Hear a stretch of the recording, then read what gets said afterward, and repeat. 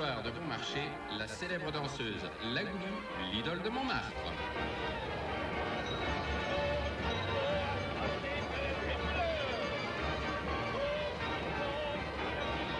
6 avril 1895. Mon cher ami, ma baraque sera au trône. Je suis placée en entrant à gauche. J'ai une très bonne place. Et je serai bien contente si tu as le temps de me peindre quelque chose. Tu me diras où il faut que j'achète mes toiles et je te les donnerai dans la journée même. La Goulue.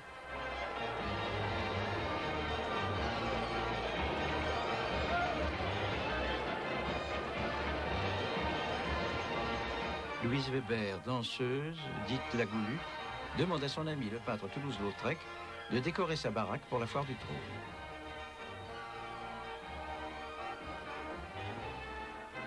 Deux panneaux carrés. Ce sont les plus grandes compositions peintes par Lautrec, 3 mètres sur 3 environ. Le premier panneau est intitulé « La Goulue dansant au Moulin Rouge ». Le second panneau, « La Goulue en Almé ».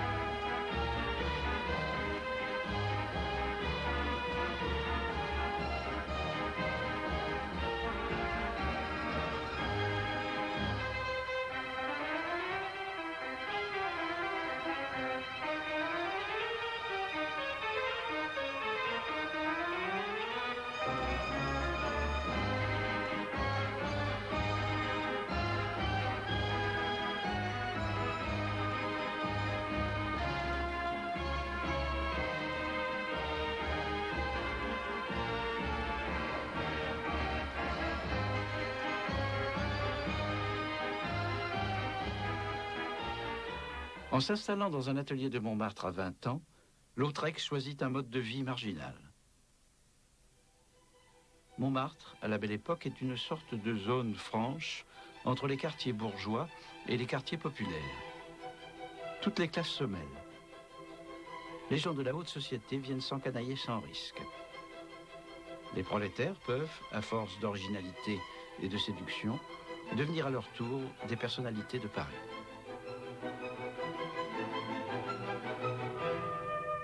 Né au sein d'une grande famille aristocratique, mais d'un mariage consanguin, victime d'une maladie congénitale et de plusieurs accidents osseux, Lautrec est un infirme de petite taille.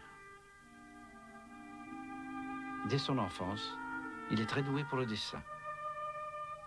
Par la suite, sa fortune lui permet de se consacrer entièrement à la peinture.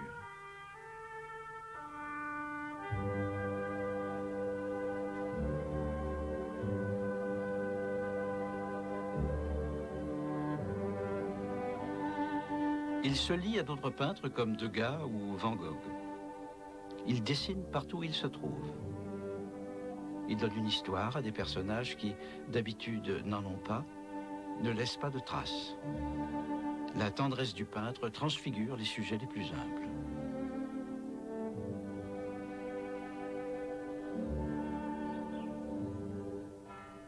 Dans la bohème de Montmartre, sa petite silhouette de noctambule devient fort populaire. Avec ses amis, il fréquente les bals, dont le Moulin de la Galette.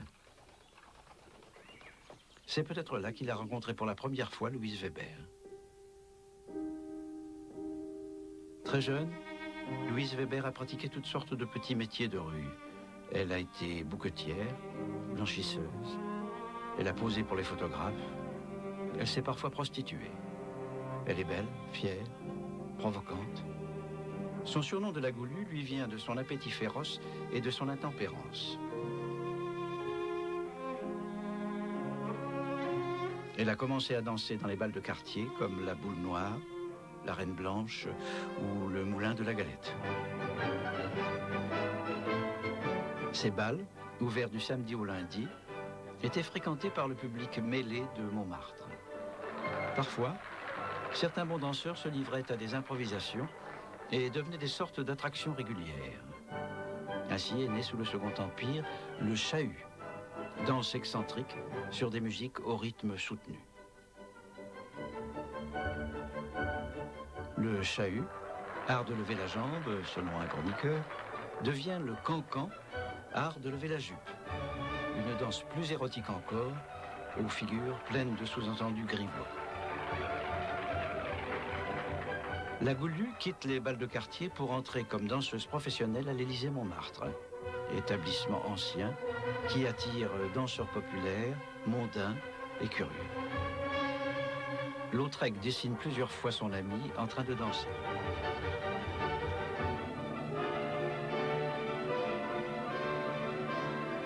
« 1889, l'année de l'exposition universelle et de la Tour Eiffel. Le Moulin Rouge s'ouvre à l'emplacement de la Reine Blanche. Il amorce le déclin de l'Élysée-Montmartre. Il y a un moulin écarlate aux ailes lumineuses mobiles et une façade flamboyante.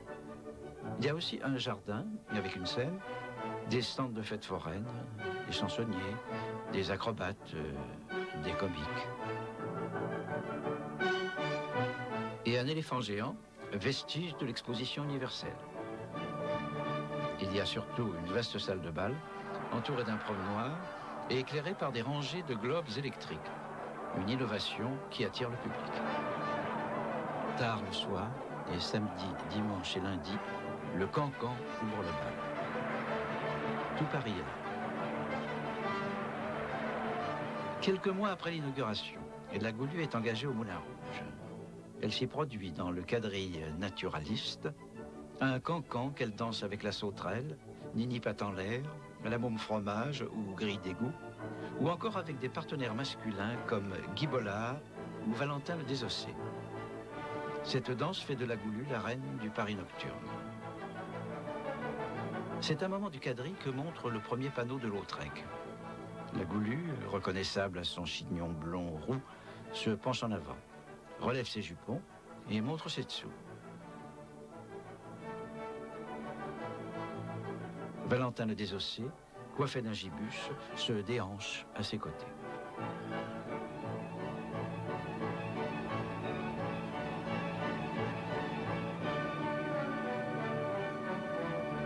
Fils de notaire, Étienne Renaudin avait d'abord été marchand de vin, puis huissier.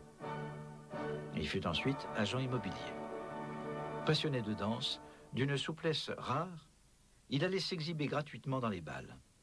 Il fut engagé comme maître de ballet et comme danseur dans plusieurs établissements. Sa silhouette dégingandée et son teint cadavérique séduisirent bien des peintres. À l'époque où la Goulue fait ses débuts au Moulin Rouge, la direction de l'établissement commande à Lautrec sa première affiche. Le couple La Goulue-Valentin servira d'emblème pour le cancan et pour le cabaret. Dans le panneau, Lautrec se souvient de l'affiche et du profil de Valentin. Du décor, il ne figure que ce qui était le plus nouveau, les globes électriques disposés en grappe autour des colonnes. C'est grâce à l'électricité que le Moulin Rouge avait supplanté l'Élysée-Montmartre. Dans le panneau, les globes sont réduits à des halos clairs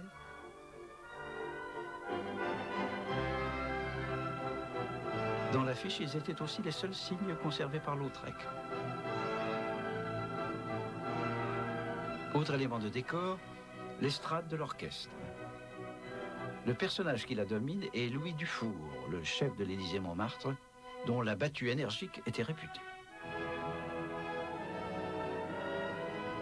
Autour de la piste de danse, Lautrec a rassemblé quelques autres personnages familiers.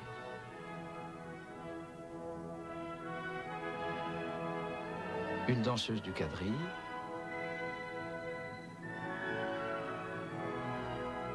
elle s'est reculée pendant que ses partenaires exécutaient leur figure.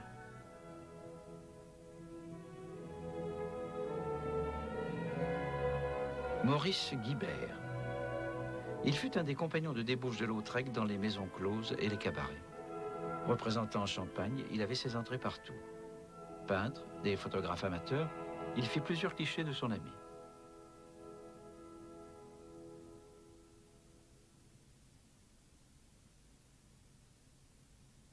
Jeanne Avril. Elle est coiffée d'un chapeau à plumes. Sous le pseudonyme de Mélinite, elle avait aussi fait un temps partie du quadrille naturaliste. Elle s'était rendue célèbre par ses entrechats compliqués. Lautrec l'a représentée un grand nombre de fois, et lui a donné des toiles qu'elle revendit ou offrit des années plus tard.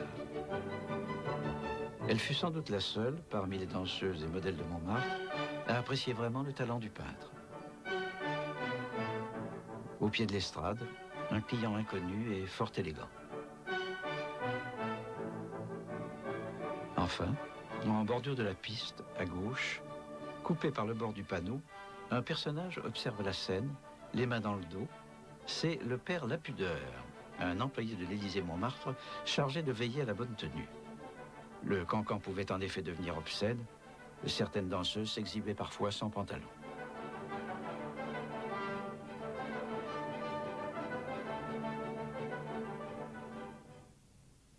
Lautrec avait déjà montré ensemble La Goulue avec le chef d'orchestre Dufour et le père Lapudeur à l'Élysée-Montmartre. Ainsi, dans ce panneau, qui évoque les années 1885 à 1890, le peintre rassemble des éléments de l'Élysée-Montmartre et du Moulin Rouge. C'est une façon de condenser le passé glorieux de La Goulue.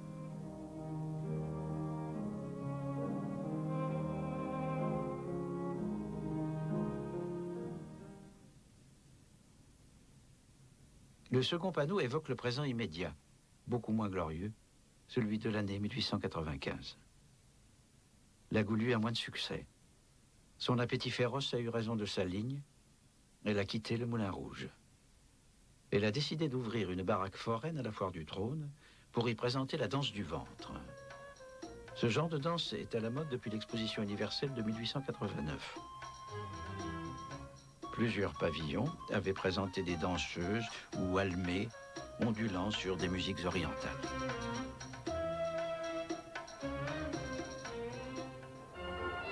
La Foire du Trône, place de la Nation, est une grande fête foraine, une zone de rencontres douteuses et de plaisir canaille. La demande de sa vieille amie La Goulue dut plaire au peintre. Lautrec, à ce moment-là, s'est un peu détaché de Montmartre. Il fréquente plutôt les maisons closes.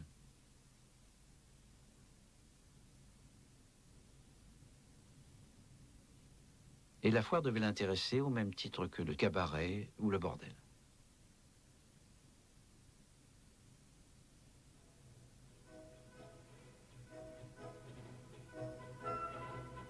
Le second panneau montre donc ce que le spectateur verra à l'intérieur de la baraque de La Goulue. La danseuse continue à lever haut la jambe et à faire voler ses dessous. Elle est accompagnée par des musiciens orientaux.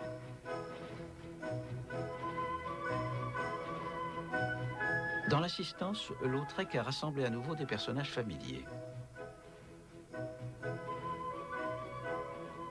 Au piano, Tinchant, le pianiste d'un cabaret fameux de Montmartre, le Chat Noir, rebaptisé ensuite le Mirliton par Aristide Bruand, le chansonnier anarchiste. Au premier plan, peut-être Paul Sescaut, un photographe avec qui Lautrec était lié et pour qui le peintre dessinait une affiche publicitaire. Sescaut, comme Maurice Guibert, fit avec son ami un grand nombre de photographies sérieuses ou parodiques.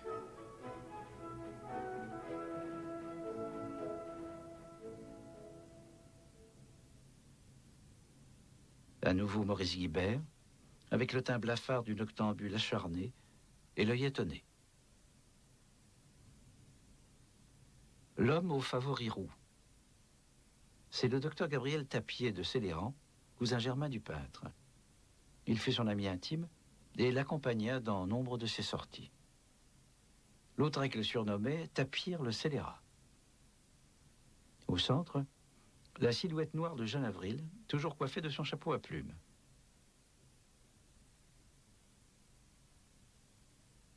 Le peintre a placé deux figures inattendues en ces lieux. L'écrivain britannique Oscar Wilde. Lautrec le rencontre à Londres. Wilde est alors victime d'un procès pour homosexualité dont tout le monde parle. Un mois plus tard, le tribunal le condamnera à 2 ans de prison.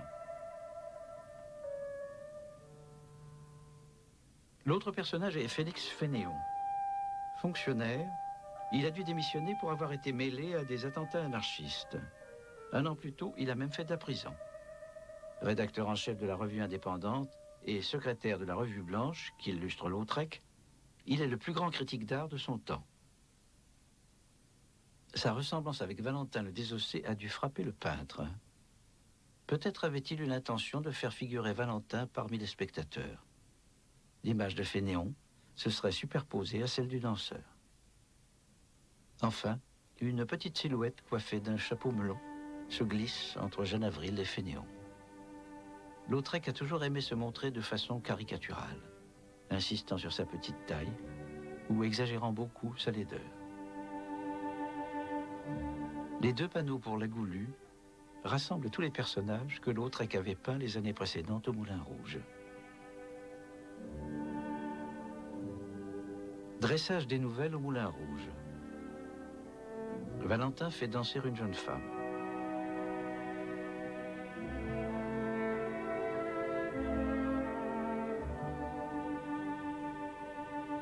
Parmi le public, Maurice Guibert et Paul Sescaut. La Goulue entrant au Moulin Rouge. La danseuse avance entre la môme fromage et une autre danseuse, sans doute Nini Patent-l'air. Au Moulin Rouge, la Goulue déambule dans l'établissement. Dans Au Moulin Rouge, un groupe de clients est vu depuis la balustrade du promenoir.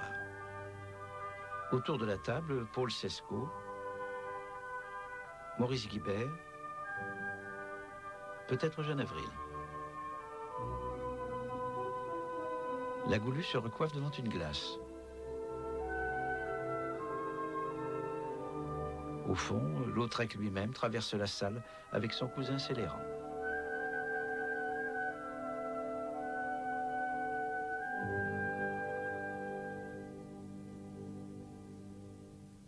Les deux toiles sont signées du monogramme de l'artiste. Les lettres H, T et L entrelacées et entourées d'un cercle. Lautrec avait commencé par signer de son troisième nom, Monfa. Il signait ensuite de l'anagramme Tréclos, sans doute pour ne pas attirer l'attention sur un nom illustre. La personnalité du peintre s'affirmant, il utilisa la seconde partie de son nom, puis le plus souvent ses initiales, ou le monogramme qui rappelle les poinçons des artistes japonais. Après sa mort, son ami Maurice Joyand apposa le monogramme à l'aide d'un cachet rouge sur les œuvres qu'il authentifiait. Les deux toiles sont de tissage assez grossier.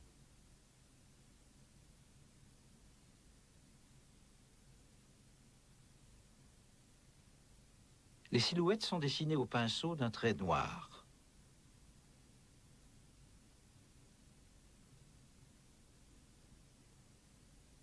Les couleurs sont souvent suggérées, mais ne recouvrent pas les surfaces. L'imagination du spectateur doit combler les vides.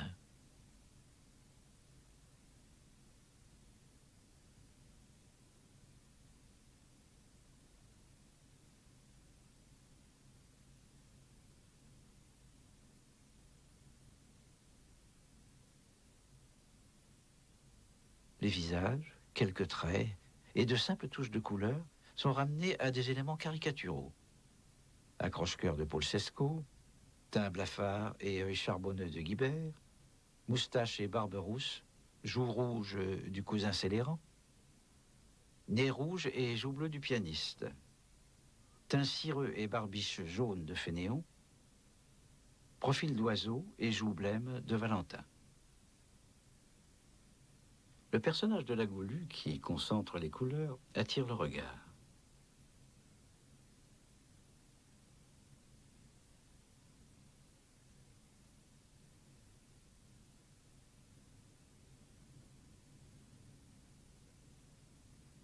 La silhouette est brossée en quelques longues touches. Rayures vertes rayonnantes de la robe, qui se prolongent par les taches blanches des jupons, rayures roses du corsage. Seul le bas du visage et le bras sont traités en aplat de couleur crème. Les cheveux à l'aide d'un aplat ocre. Pour l'ombre autour des yeux, Lautrec reprend le rose des rayures avec un peu d'ocre rouge et la couleur de la toile. Pour l'ombre du cou, il reprend le vert de la robe. Les jambes de la danseuse, enfin, sont composées de longues rayures noires jointives. La palette est volontairement restreinte. Lautrec utilise la toile elle-même comme valeur chromatique. Dans la danse mauresque, la gamme de couleurs est un peu plus riche, mais les accords sont plus dissonants, comme si le peintre voulait souligner l'exotisme forcé de l'attraction. La modulation des personnages et des vides, les aplats de couleurs crues, parfois arbitraires, les arabesques du dessin sont inspirés par l'estampe japonaise. Les panneaux destinés à être vus de loin, en passant, sont traités comme des affiches, donc réduits à des éléments visuels simples. La perspective est suggérée par les tailles des personnages distribuées par plans successifs. La première scène est décrite comme si elle était vue par un spectateur debout au bord de la piste de danse. La seconde scène, bâtie selon le même modèle, est décrite comme si elle était vue par un spectateur debout au second rang de la foule. Le mouvement de la Goulue est saisi dans un suspens. L'espace de la scène est creusé par un miroir.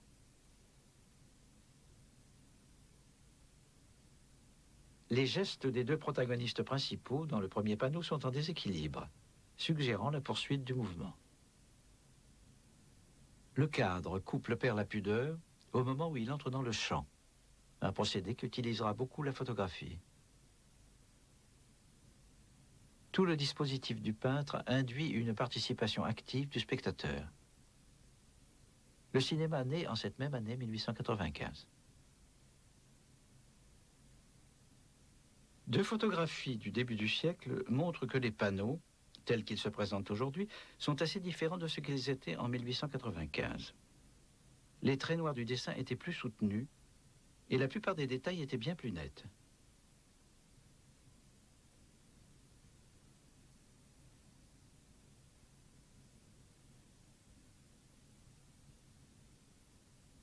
Les deux candélabres au-dessus du piano.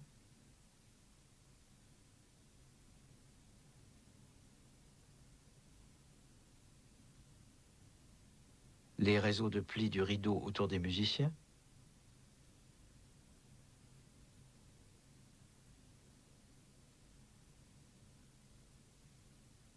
La photographie ancienne révèle aussi que Fénéon avait une cigarette à la bouche et que Lautrec avait fait se mêler les volutes grises de la fumée à des volutes roses, peut-être des vapeurs d'encens. La cigarette aujourd'hui est à peine perceptible. Il y a encore des traces de pigments bleus sur le dos de Lautrec. À plusieurs endroits, les toiles portent des taches d'humidité.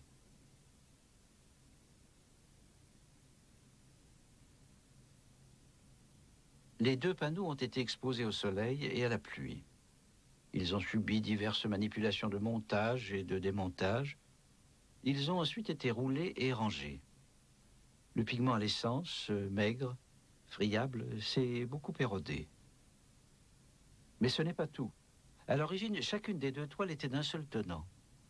Aujourd'hui, de nombreuses traces de découpe témoignent d'autres aventures encore.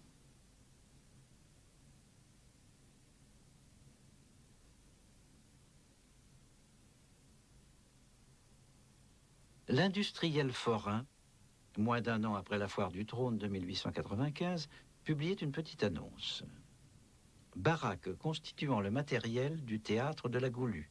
9 mètres de façade sur 7 mètres de profondeur avec appareil à gaz.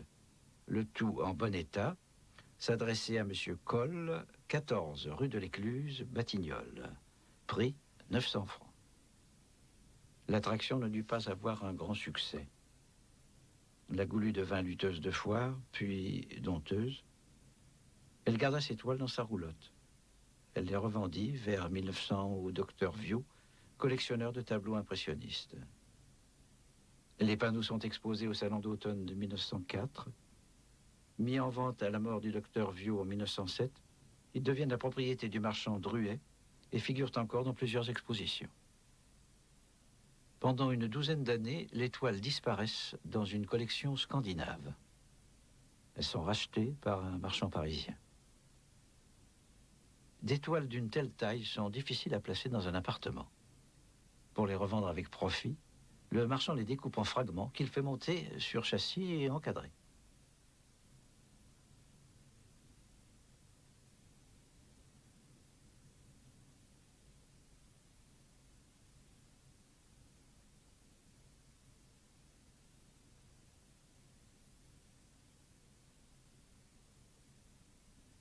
Dans un article de L'Amour de l'art, le critique Georges Dutuit dénonce le procédé.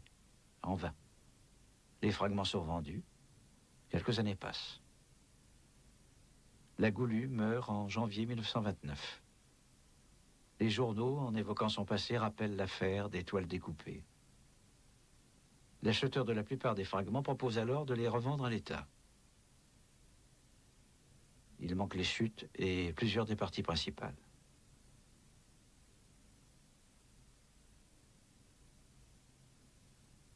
Maurice Joyant, ami et exécuteur testamentaire de Lautrec, parvient à retrouver les chutes gardées par le marchand, ainsi que certains des fragments.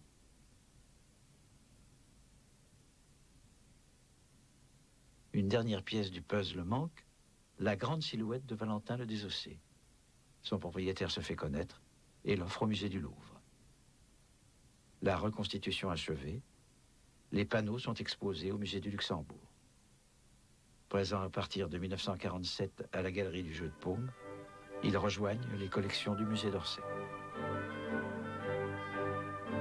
Les deux toiles reconstituées appartiennent à un cycle d'images qui déborde du musée et qui perpétue l'histoire de personnages devenus légendaires. Lautrec invente un nouveau regard. Il témoigne de nouveaux comportements. Il montre des réprouvés. Wilde, jeté en prison pour sodomie, Fénéon, l'anarchiste, Jeanne Avril ou La Goulue, des danseuses aux mœurs très libres, et bien sûr, Lautrec lui-même, considéré par certains comme le peintre du vice et des bas-fonds, et qui devient à son tour un personnage de la légende fin de siècle. Il se détruit à l'alcool et disparaît rapidement, laissant derrière lui, tel un héros mythique, tout un brouillard d'anecdotes, de rumeurs, de gestes et de propos. De même, La Goulue apparaît comme un être marqué par un destin légendaire. Sa vie mélodramatique semble suivre un scénario précis, en accord avec le romanesque naturaliste de l'époque. Comme une déesse de la mythologie, elle est conquérante, vorace, bisexuelle, dompteuse de fauves, et le cancan est peut-être un avatar moderne des danses obscènes de l'Antiquité, qui s'accompagnaient de musique bruyante, de cris et de rires. En faisant chaque soir le geste de dévoiler ses parties sexuelles, La Goulue renoue avec ses rituels anciens. Il y a, dans ces gestes comiques, une sorte de conjuration sacrée, la part sauvage de la société. Montrer ses dessous, c'est aussi montrer les dessous de cet âge d'or de la belle époque. Corruption, prostitution, alcoolisme, violence sociale aveugle, qui culmineront dans l'immense désastre de la guerre mondiale.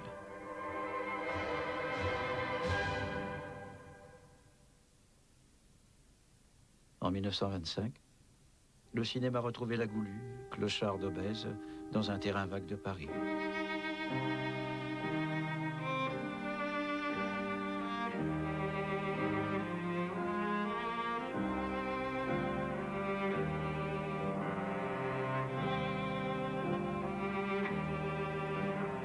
Il lui fallait enfin disparaître pour que le peu de renommée qui lui restait rappelle à tous l'existence de ces images morcelées et déclenche le dernier acte de l'histoire.